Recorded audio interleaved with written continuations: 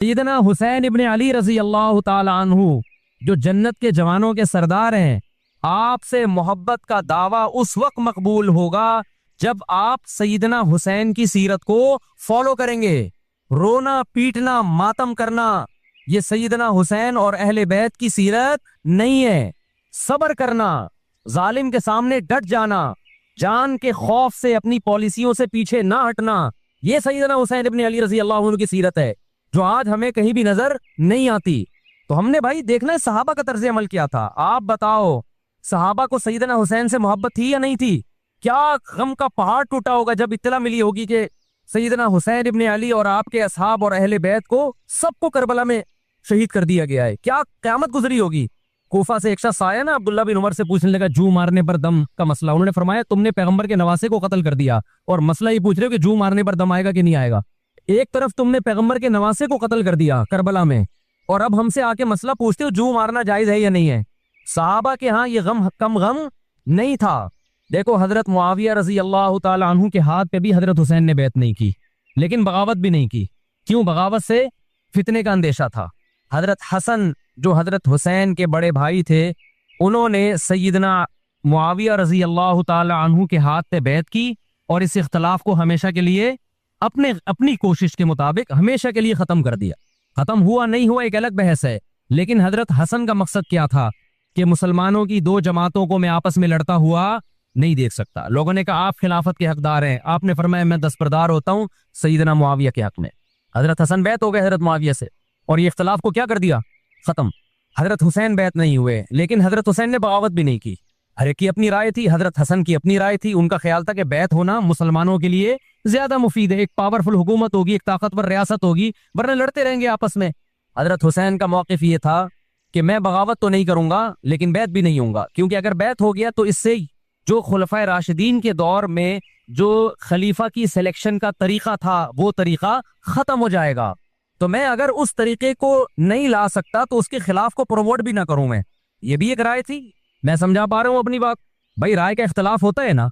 नबी सल्लल्लाहु अलैहि वसल्लम ने फरमाया इज़ा इज्तहदल मुज्तहिद फ़इन असाबा फलहु अजरान व इन अख्ता फलहु अजरुन वाहिदुन।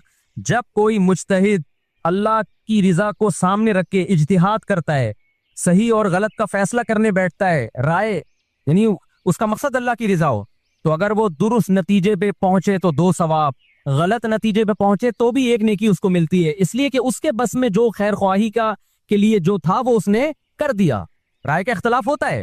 तो हजरत हसन रजी अल्लाह ताला अन्हु बैत हुए हजरत मुआविया के हाथ पे। सैयदना हुसैन ना बैत हुए और ना आपने बगावत की, खामोशी इख्तियार की। हजरत मुआविया रजी अल्लाह ताला अन्हु ने सैयदना हुसैन को तलवार की जोर से बैत पर मजबूर नहीं किया, बल्कि नवासे रसूल का ख्याल किया और वसीयत भी की लोगों को। लेकिन जब हजरत मुआविया के बाद यजीद जानशीन हुआ, उसकी सबसे बड़ी गलती ये थी कि उसने नवासे रसूल सल्लल्लाहु अलैहि वसल्लम और आपके साथ जो चंद अहले बैत और चंद सहाबा थे, उस वक्त भी हजरत हुसैन न्यूट्रल थे। ना हजरत हुसैन ने बगावत का इरादा किया और ना बैत करने का इरादा किया।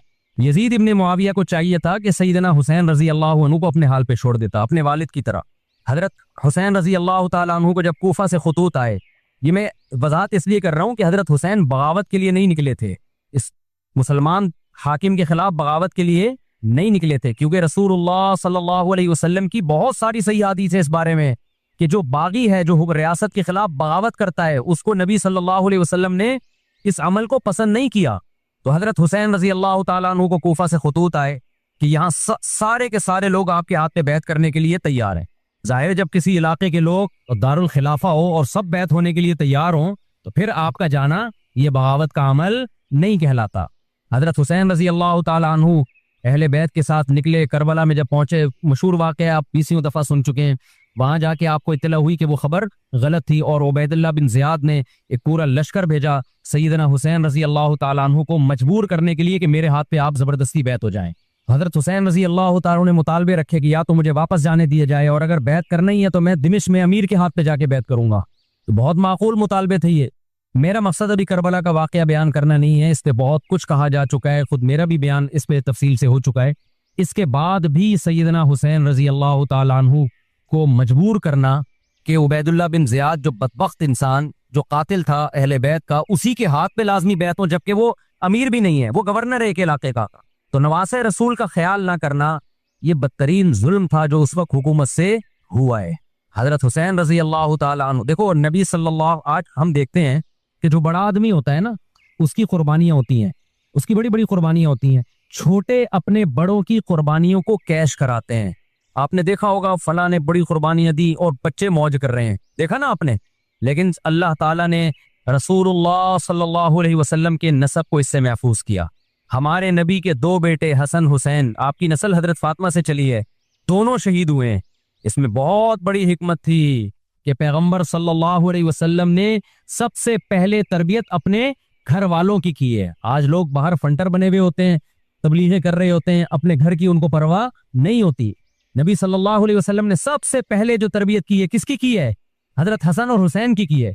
तो जब करबला में आपको चारों तरफ से घेर लिया गया और आपको मजबूर किया गया कि आपने इब्ने ज़ियाद के हाथ पे बैत करना है, तो आपने इस जिल्लत को गले लगाने से इनकार कर दिया। आपको 100% यकीन था कि इतने बड़े लश्कर के सामने मैं ठहर नहीं सकता, असबाब की दुनिया में फतह की उम्मीद नहीं है। लेकिन हजरत हुसैन रजी अल्लाह ताला अन्हु ने लड़ने का फैसला करके और शहादत को कबूल करने का फैसला करके इब्ने ज़ियाद और उस जमाने के हुक्मरान जो इस कत्ल पे राजी थे, क़यामत तक के लिए उन पे लानत के सिलसिले का दरवाजा खोल दिया। बाज़ दफ़ा अल्लाह भी ये चाहते हैं कि बदबख्तों को ढील मिले ताकि उनका जुर्म सनस्तद्रिजुहुम मिन हैसु ला यालमून। कुरान कहते हैं हम इनको ढील देंगे, इनको बुराई में हम आगे बढ़ने देंगे, ऐसे बढ़ने देंगे कि इनको खुद भी पता नहीं चलेगा, ताकि क़यामत के दिन इनका अजाब इनको कई गुना बढ़ा कर दिया जाए। अब मेरे भाई हमारे लिए क्या सबक मिलता है? जब ये वाक़या हुआ आलम इस्लाम में कोहराम मच गया, लेकिन क्या इस वाक़े के बाद अहले बैत की जो मुकद्दस और पाकीज़ा औरतें थीं, क्या उन्होंने नोहा किया या सब्र किया? आपका ज़मीर क्या कहता है, उन्होंने नोहे पड़े होंगे या सब्र किया होगा? बोलो भाई, सब्र किया। अब्दुल्ला बिन उमर रजी अल्लाह ताला अन्हु जो कूफा वालों को मलामत किया करते थे कि तुम जू मारने के मसले हमसे पूछते हो, तुमने हुसैन का कत्ल कर दिया, तो ये हजरत इब्ने उमर ने इसलिए कहा ना कि आपको उसका गम हुआ था। तो इब्ने उमर का अमल क्या था? क्या उन्होंने मातम किया? क्या उन्होंने छुरों से अपने आप को मारा? हजरत हुसैन का कत्ल भी जालिमाना और उससे पहले सैयदना उस्मान का कत्ल भी जालिमाना। अगर नोहा या मातम जायज है तो हजरत उस्मान की शहादत के दिन भी जायज है, हजरत हुसैन की शहादत के दिन भी जायज है। और अगर नाजायज है तो जैसे उस्मान की शहादत के दिन नाजायज, हुसैन की शहादत के दिन भी नाजायज है। समझ में आ रही है बात कि नहीं आ रही है? कुरान क्या कहता है ऐसे मौके के बारे में? तिलका उम्मतुन कद खलत लहा मा कसबत वलकुम मा कसबतुम। कुरान जब भी पुरानी उम्मतों के वाकयात बताता है, कुरान कहता है ये कौम थी जो गुजर गई, इन्होंने जो किया उसका बदला इनको मिलेगा, तुम जो करोगे उसका बदला तुम्हें मिलेगा। तो हमें अल्लाह ने इस वाक़े में भी बता दिया कि सैयदना हुसैन का वाक़या, करबला का वाक़या जब सुना करो तो ये सोचा करो ये कौम थी जो गुजर गई, जिसने अच्छा किया, हुसैन इब्ने अली ने अच्छा किया, उनको इस अच्छाई का बदला मिलेगा। और जो हजरत हुसैन के कत्ल के हाथों, कत्ल के हजरत सैयदना हुसैन के मुबारक खून से जिनके हाथ आलूदा हुए, क्योंकि कत्ल किया ना उन्होंने, तो लहा मा कसबत, उनको उस जुल्म का बदला भी मिलेगा। तो हमारा काम क्या है? हमने फॉलो करना है हुसैन के रास्ते को, ना कि हुसैन के नाम पे हमने मातम करने हैं। हुसैन का रास्ता क्या है जिसको हमने फॉलो करना है? अब मैं चंद चीजें आपको बताता हूं। सबसे पहला सबक जो हमें करबला में मिलता है कि इज्जत और दीन, एक तरफ दुनिया है। देखो अगर हजरत हुसैन रजी अल्लाह ताला अन्हु इब्ने ज़ियाद के हाथ में जाके बैत हो जाते, आप क्या समझते हो बेतहाशा मौल दौलत हजरत हुसैन पे खर्च नहीं करता क्या वो? जब एक बड़ा आदमी किसी के हाथ पे बैत होता है तो उसको भी तो फायदा होता है ना इससे। और क्या हजरत हुसैन को यकीन नहीं था कि करबला में मैं शहीद हो जाऊंगा? फतह और नुसरत की असबाब की दुनिया में कोई उम्मीद नहीं थी, मगर आपने अहले बैत को करबला में रुसवा करने पर इज्जत की मौत को तरजीह दी है। आज अगर आप में ये ज़र्फ है कि आप इज्जत की मौत को जिल्लत की जिंदगी पर तरजीह देते हो, तो फिर आप हुसैनी हो। नहीं, यही बात मेरा ख्याल है समझ। सैयदना हुसैन की सखावत के वाकयात हैं। सैयदना हुसैन बागी नहीं थे रज़ी अल्लाहु अन्हु। फिर जो अहले बैत का तर्ज अमल क्या था, मुहर्रम में क्या क्या हो रहा है मैं आपको बताता हूँ। इनमें से कोई भी अमल ना हमें कुरान से मिलता है ना सहाबा से मिलता है हमें। तो मा अना अलैहि व अस्हाबी जो जन्नती फिरका होगा उसकी जो अलामतें हैं, तो जब आप उन अलामतों के खिलाफ चलोगे, सहाबा और ताबीन को फॉलो नहीं करोगे, तो आप फिर अपने आप को सुन्नी कहना छोड़ दो। आप बताओ मुझे, इस्लाम में कोई महीना मनहूस है? बोलो ना, कोई महीना मनहूस है? तो आप मुहर्रम को मनहूस क्यों कहते हो? लोग मुझे कहते हैं मुफ्ती साहब फिरकावारियत फैला रहे हैं। देखो, फिरकावारियत जब फैला रहा हूं, जब मैं किसी फिरके के खिलाफ आपको कर रहा हूं। मेरे बयान शिया लोग भी सुनते हैं, मिलते भी हैं। बहुत दफा एयरपोर्ट पे मुलाकात हुई, बड़ी इज्जत से मिले, भी मैं शिया हूं लेकिन आपसे मोहब्बत करता हूं। यहाँ मस्जिद में भी आते हैं, मैंने कभी किसी पे तंज नहीं किया। इसलिए मैं बार बार कहता हूं, जो शिया का मजहब है उसको करने दो। वो सबीले लगाते हैं, आप उनको मत छेड़ो, जाके तंग ना करो उनको। वो मातम करते हैं, आप उनको मत छेड़ो। वो नोहे करते हैं, वो नोहे पढ़ते हैं, आप उनको मत छेड़ो। लेकिन आप अपनी पोजीशन वाजे करो कि आप शिया हो या आप सुन्नी हो। आप तो एक तरफ हो जाओ ना।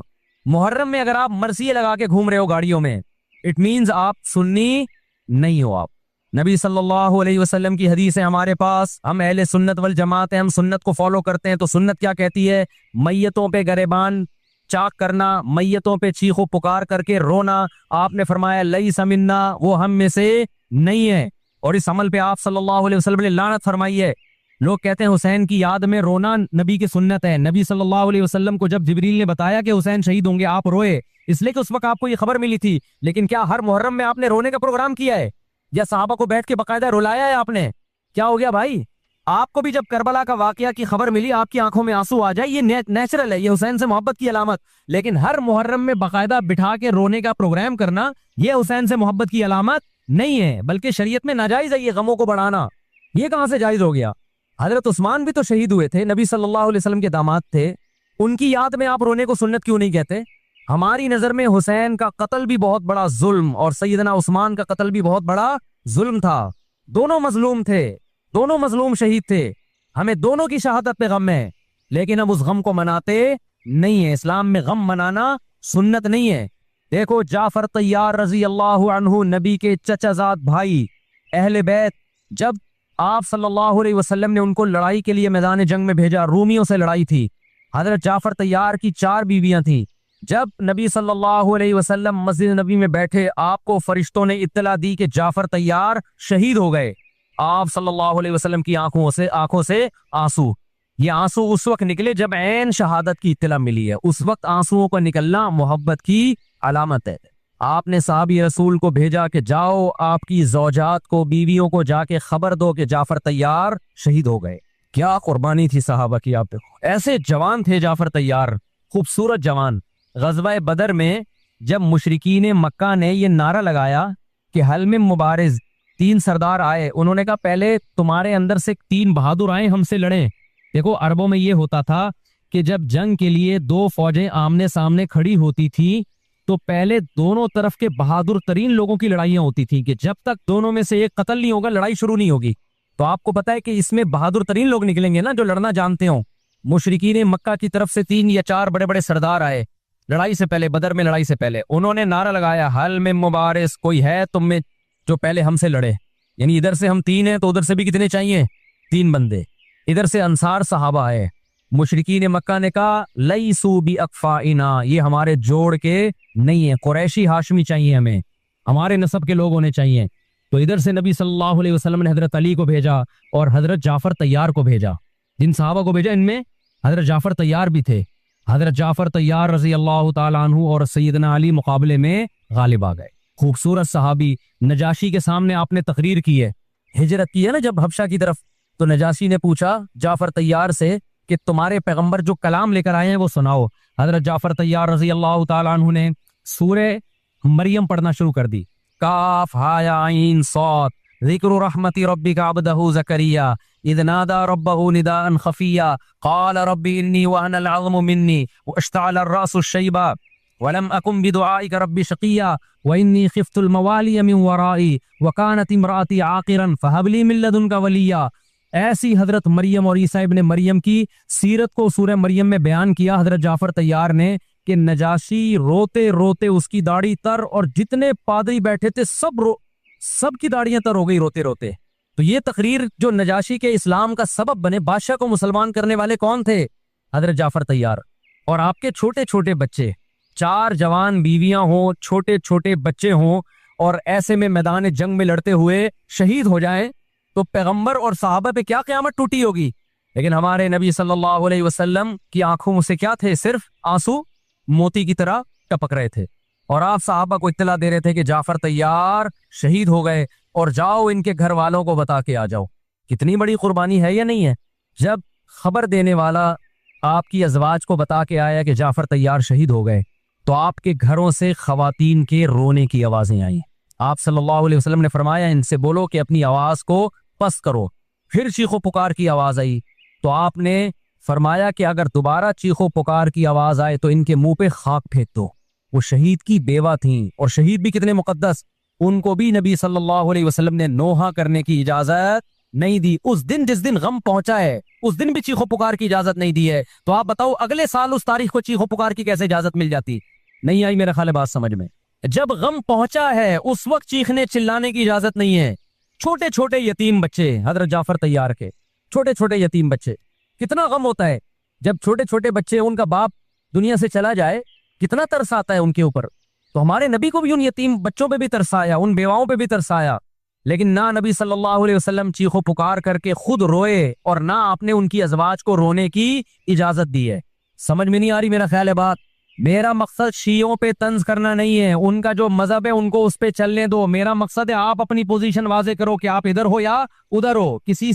किसी को तंग मत करो, ना किसी पे फतवे लगाओ कुफर इस्लाम के, ना किसी को जहन्नमी करार दो। अपनी पोजीशन आप फैसला करो कि आप अगर उधर जाना तो पूरे उधर चले जाओ। फिर ये आधा तीतर आधा बटेर वाला मामला मत करो।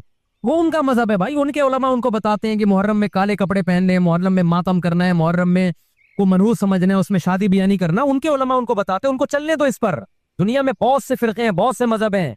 हम किसी को ना खत्म कर सकते हैं, ना किसी के खिलाफ नफरत पैदा कर सकते हैं। इससे कोई चीज हासिल नहीं होगी। किसी से नफरत करने की जरूरत नहीं, किसी पे फतवे लगाने की जरूरत नहीं, लेकिन आपको अपनी पोजीशन वाजे करनी पड़ेगी कि मैं कहां खड़ा हुआ हूं। अगर आप सुन्नी हो तो फिर अहले सुन्नत वल जमात, सहाबा ताबईन को फॉलो करते हैं, हदीस को फॉलो करते हैं। और हदीस में हमें मातम करना, नोहा करना, गरेबान चाक करना, इसकी परमिशन नहीं है, बल्कि इससे रोका गया है। इस अमल को हराम और नाजायज करार दिया गया है। बात आ रही है समझ में? बाकी जो शिया हजरात करते हैं, हमारे दोस्त हैं शिया, मैं मजाक में नहीं कह रहा, मिलते हैं हमसे, मैं कभी उनसे मजहब के टॉपिक पे बात नहीं करता, ना उनको कभी छेड़ता हूं कि आप ये क्यों कर रहे हो, ये क्यों नहीं कर रहे। भाई उसका मजहब है, वो उसका फिरका है, जो करने दो उसको। हम नहीं करते, क्योंकि हम अहले सुन्नत वल जमात में। समझ में आ रही बात की नहीं आ रही? फिर रबीउल अव्वल का महीना आएगा, उसमें भी आप अपनी पोजीशन वाजे करो कि आप इधर हो या उधर हो। दो फिरके हैं, देवबंदी बरेलवी। मैं नहीं कह रहा कि कौन जन्नती कौन जहन्नमी, लेकिन बर्रे सगीर में जिनको देवबंदी कहा जाता है वो नजरो न्याज तीजे 40 में के कायल बोलो नहीं है। ये उनकी किताबों में लिखा हुआ है, वो इसके कायल नहीं। अगर कोई बुजुर्ग उनमें कायल गुजरा भी है तो उसका जाती तफर्रुद है, उसको उलमा ने फॉलो नहीं किया, उसको उनकी इज्तिहादी गलती करार दिया है। रबीउल अव्वल में जुलूस निकालना या मजार बनाना या मजारों पे जाना इस नीयत से कि वहां जाके हम कोई कव्वाली पढ़ेंगे या कुछ भी, हमारे यहाँ कब्रिस्तान जाना सिर्फ इसलिए है कि आखिरत की याद ताजा हो, बस। इसके अलावा और कोई कॉन्सेप्ट नहीं है। हमारे यहाँ कब्र एक बालिश से ज्यादा ऊंची बनाना जायज बोलो ना नहीं है। कब्र पक्की करना जायज नहीं है। तीजे 40 में करना जायज बोलो नहीं। आज एक साहब आए, कहने लगे मेरी सास का 40वां है, फजर में कहने लगे मुझे, कह रहे मैं नहीं गया तो बड़ा मसला हो जाएगा।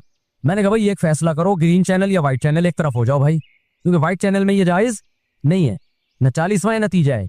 अब लोग मजाक उड़ाते हैं, मर गया मरदूद, ना फातिहा ना दुरूद। भाई कुछ भी कहते रहो, तो फिर पूरे उधर को हो जाओ, या तो पूरे व्हाइट हो जाओ या पूरे क्या हो जाओ, पूरे ग्रीन हो जाओ। फिर तीजा भी करो, 40वां भी करो, बरसी भी करो, और फिर उसके बाद झंडे भी लगाओ हरे रंग के। मैं नहीं कह रहा देवबंदी सही है या बरेलवी सही है, देखो मैं ये बहस नहीं कर रहा, मेरी बात को गलत ना लेके जाना। मैं कह रहा हूं आप अपनी पोजीशन वाजे करो, सही गलत तो अगला मरहला है। आप क्या हो, आपको तो ये नहीं पता चल रहा। आप रबीउल अव्वल में हरे झंडे लेके घूम रहे हो, रमजान में आप व्हाइट चैनल बने हुए हो, मुहर्रम में आप ब्लैक चैनल बने हुए हो, तो पता ही नहीं चल रहा तो है क्या भाई। जब 73 फिरकों में एक जन्नती है तो एक को फॉलो करो ना, जिसको जन्नती समझते हो। अगर आप समझते हो कि ब्लैक चैनल या शिया फिरका जन्नती है तो पूरे शिया हो जाओ भाई। अगर आप समझते हो बरेलवी फिरका जन्नती है तो पूरे बरेलवी हो जाओ। तो जिसको समझते हो वो बन जाओ, लेकिन पूरे बनो, अधूरे मत बनो, आधा आधा ना लो। बात समझ में आ रही है? मैं फिर बता रहा हूँ ना, मैं किसी को जन्नती कह रहा हूँ ना जहन्नमी। मैं ये नहीं कह रहा देवबंदी जन्नत में जाएंगे या बरेलवी जाएंगे या शिया जाएंगे, ये तो अल्लाह फैसला करेगा। हम तो वो करेंगे जो हमारी खोपड़ी में आ रहा है।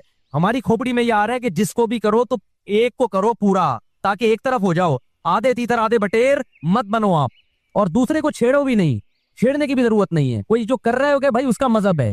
देखो हिंदू मंदिर में जाता है ना, हमारी राय के मुताबिक सही कर रहा है, गलत कर रहा है, गलत कर रहा है, लेकिन हम छेड़ते हैं क्या? इस्लाम ने इजाजत दी उसको छेड़ने की कि हिंदू जा रहा है उसको पकड़ के ला क्यों जा रहा है भाई? इस्लाम बोले भाई लकुम दीनुकुम वलिय दीन, तुम्हारे लिए तुम्हारा दीन, हमारे लिए हमारा दीन, ला इकराह फिद्दीन, दीन में जबरदस्ती नहीं है, जो कर रहा है उसको करने दो। तभी इस्लामी तारीख में कोई एक मंदिर भी हमारे इल्म में नहीं है कि उसमें हिंदुओं पे पाबंदी लगी हो कि मंदिर नहीं जा सकते। जब तक इस्लामी हुकूमतें रही हैं, हिंदुस्तान में 1000 साल मुसलमानों ने हुकूमत की है। अगर हिंदुओं को मंदिर जाने से रोक देते तो आज ये मंदिर खत्म होते। इस्लामी हुकूमत जब खत्म हुई है तो भी मंदिर, लाखों की तादाद में मंदिर थे। इस्लाम मस्जिद जाने का हुक्म देता है, ये चर्च जाने का। बोलो, मस्जिद चर्च जाने को गलत समझता है क्योंकि वहां गैरुल्लाह की, ईसा इब्न मरियम की इबादत हो रही है। लेकिन क्या इस्लाम आपको परमिशन देता है कि कोई ईसाई चर्च जा रहा हो तो आप उसको रोको कि तू भी यार है बे, मस्जिद में आ? इजाजत देता है? या इस्लाम ये कहता है कि उससे बदतमीजी शुरू कर दो आप? बोलो क्या हो गया, आपको सबक याद करा रहा हूं मैं, बदतमीजी शुरू कर दो। या इस्लाम ये इजाजत देता है कि उससे अच्छा सलूक ना करो? कतई इजाजत नहीं, बल्कि कुरान तो कह रहे हैं इन्नल्लाह युहिब्बुल मुक़सितीन, जो गैर मुस्लिम तुमसे लड़ नहीं रहे मैदान जंग में, उनसे तुम्हें अच्छा सलूक करना पड़ेगा, क्योंकि अल्लाह अच्छा सलूक करने वालों को पसंद करता है। सहाबा कराम गैर मुस्लिमों को भी हदिये दिया करते थे, नबी सल्लल्लाहु अलैहि वसल्लम ने यहूदियों को भी हदिये दिए। तो जो मजहब इस्लाम की तरफ मंसूब नहीं है, जब हमें उनसे अच्छे सलूक का हुक्म है, तो जो मजहब इस्लाम की तरफ मंसूब है, कतई नजर इससे कि वो इस दावे में सच्चे हैं या झूठे, ये तो बहस एक अलग है, लेकिन निस्बत किसकी तरफ कर रहे हैं? इस्लाम की तरफ। तो हमें उनसे बदतमीजी बदसलूकी की कहां से इजाजत होगी? तो मैं नहीं कह रहा कि आप शिया बरेलवियों से दुश्मनी करना शुरू कर दो, उनकी दावतें अटेंड ना करो, उनसे कारोबार छोड़ दो, या उनको जा जाके तंग करो, क्यों सबील लगा के बैठे हो, क्यों मातम कर रहे हो, ये काम मत करो आप। हमारा मुल्क इस फिरकावारियत का मुतहम्मिल नहीं है, से फसाद फैलता है। लेकिन अपनी पोजीशन आप वाजे करो, एक लकीर है आप खींच दो। अगर कोई शख्स आपके सामने सहाबा को बुरा भला कहता है, आप बोलो भाई ये मेरी बाउंड्री क्या हो रही है, क्रॉस। मेरे सामने आपको उन बुजुर्गों के खिलाफ बोलने की इजाजत नहीं है जिनसे मुझे अकीदत है। अगर ये काम आपने किया तो हमारी और आपकी राहें अलग अलग। आपका जो मजहब है भाई, आप बंद कमरे में, आपके इमाम बारगाह में, आपके आपके मस्जिदों में, जहां भी है वो आपका निजी मामला है। हमारे सामने आपने कोई ऐसी बात नहीं करनी जो हमारे अकीदे के खिलाफ हो, तो आपस में दोस्ती रहेगी। अब देखो ईसाई आपसे मिलता है, आप गपशप करते हो, खाना खाते हो, लेकिन ईसाई बार बार बोले मैं आपके नबी को नहीं मानता, मैं आपका नबी, आप बोलेगा भाई तू नहीं मानता तो हमने कब कहा कि मान तू, लेकिन मेरे सामने बार बार क्यों कह रहे कि मैं तेरे नबी को नहीं मानता? यहां से आपकी उसकी दोस्ती क्या हो जाएगी फिर? खत्म। तो गैर मुस्लिमों को भी दो किस्में, किसी भी मसलक के लोगों से मिलो, किसी भी फिरके के लोगों से मिलो, कोई झगड़ा नहीं, कोई बहस नहीं, एक दूसरे को खाना भी है, एक दूसरे को खिलाना भी है, एक दूसरे से खाना भी है, एक दूसरे की दावतों में भी शिरकत करनी है। जहां मजहब का मामला आए तो फिर आप किसी से बहस ना खुद करो ना किसी को करने की इजाजत दो। अगर कोई कुछ सीखना चाहता है तो आप बोलो भाई उलमा के पास आ जाओ, आपको कोई इश्काल है तो हम वहां आपका इश्काल हल कर देंगे। इससे आगे बढ़ने की कोशिश बोलो मत करो, इससे मुल्क में अमन होगा। बाकी फिरके हमेशा से है भाई, आज कोई नए थोड़ी है, आज कोई नए थोड़ी है, और ये हमारा काम थोड़ी है फिरके खत्म करना। ये तो ईसा इब्न मरियम जब नाजिल होंगे, हजरत मेहदी आएंगे, वो तलवार की ताकत से खत्म करेंगे, उनके पास ये अथॉरिटी होगी कि वो फिरकों को खत्म करें। आपने ये करना है कि दूसरे के मसलक को छेड़ना नहीं है और अपना छोड़ना नहीं है। मसला आपके साथ ये हो रहा है कि दूसरे को छेड़ भी रहे हो और अपना छोड़ भी रहे हो, दोनों उल्टे काम कर रहे हो। एक तरफ बहस कर रहे होते तुम ऐसे, और दूसरी तरफ कोई बने हुए होते थोड़े दिनों में जाके। हाँ वो बता रहा हूँ, वो नजर न्याज वाली नहीं, वो सबको पता है। हाँ ऐसी दावत ना हो जिसमें बिदअत की ताईद हो। तो आप जो कर रहे हो ना, वो ये कर रहे हो, दूसरे को छेड़ भी रहे हो, जिससे मुल्क में बदअमनी फैल रही है। तकरीरें सुनो, शिया ऐसे, बरेलवी ऐसे, देवबंदी ऐसे, अहले हदीस ऐसे, तकरीरों से क्या फैल रही है? नफरतें। और फिर मुहर्रम में आप खुद शिया बने हुए होते हो, रबीउल अव्वल में आप ग्रीन चैनल बने हुए होते हो, और रमजान में आप व्हाइट चैनल बने हुए होते हो। सऊदी अरब में सारे व्हाइट हो जाते हैं जाके, सऊदी अरब जो भी जाता है सारा व्हाइट चैनल। पैगंबर की कब्र पे कोई धमाल नहीं, कोई कव्वालियां नहीं, वहां खड़े होंगे तमीज से सलाम पेश करके आगे निकल जाएं। वहां कोई चीखो पुकार नहीं, वहां जाके सारे क्या हो जाते हैं? व्हाइट, क्योंकि वहां हुकूमत का डंडा है, ठीक है ना। तो गवर्नमेंट के पास तो ये इख्तियार है भाई डंडा चलाए, हमारे पास ये इख्तियार नहीं। हम तो तमीज से बात करेंगे, समझाएंगे, मोहब्बतें फैलाएंगे, क्योंकि जब आवाम डंडा चलाती है तो इससे इस्लाह कम और फसाद ज्यादा होता है। तो मैं बार बार कह रहा हूं भाई, दोस्तियां रखो, कोई दफ्तरों में शिया सुन्नी लड़ाई ना होने दो, ये गलत है। मोहब्बतें फैलाओ, लेकिन मसलक को छोड़ना नहीं है। जब कोई आपसे कहे मुहर्रम में ये काम करो, बोलो भाई हम चूंकि अहले सुन्नत वल जमात में से हैं, हम चूंकि सुन्नी हैं, लिहाजा हमारे यहाँ कोई महीना हमारे मजहब के मुताबिक मनहूस नहीं है। फिर कोई आपको इसरार करे नहीं ये नहीं ये नहीं ये, आप बोलो भाई हम तुम पे अपना मसलक थोप रहे हैं क्या?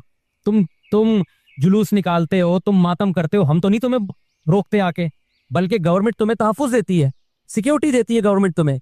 तो जब हम अपना मसलक तुम पे नहीं थोपते तो तुम अपना मसलक हम पे क्यों थोप रहे हो भाई?